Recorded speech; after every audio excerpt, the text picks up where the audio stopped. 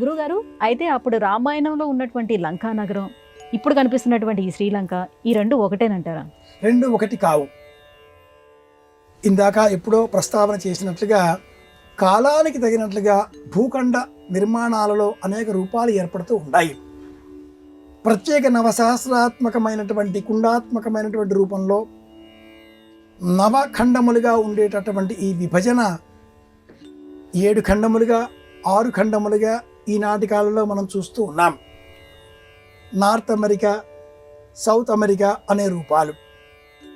అలాగే పలు దేశాలు కొరియా, ఉత్తర కొరియా, అలాగే దక్షిణ కొరియా ఇంకా విభజింపబడుతూ ఉంటాయి, కలుసుకుంటూ ఉంటాయి, మళ్ళీ విభజింపబడుతూ ఉంటాయి, మళ్ళీ కలుసుకుంటూ ఉంటాయి. ఇవి ఎలా వాస్తవికంగా మనం చూస్తూ ఉన్నామో, రామేశ్వరం నుంచి శ్రీరామాయణంలో వర్ణింపబడిన లంక ఉన్న దూరం వేరు.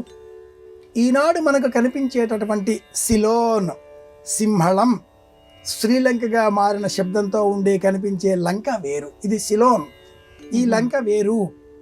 అండమాన్ నికోబార్, మయన్మార్ ఈ ద్వీపాల మధ్యన లంకా నగరం, శ్రీరామాయణాంతర్గతమైన వర్ణన కల ఆ లంకా నగరం ఉండాలి అని పరిశోధకులు విశ్లేషణలు చేస్తున్నారు. వారధి నేటికి నాసా నుంచి తీయబడినటువంటి ఛాయాచిత్రాలలో రేఖాప్రాయంగా కనిపిస్తున్నది.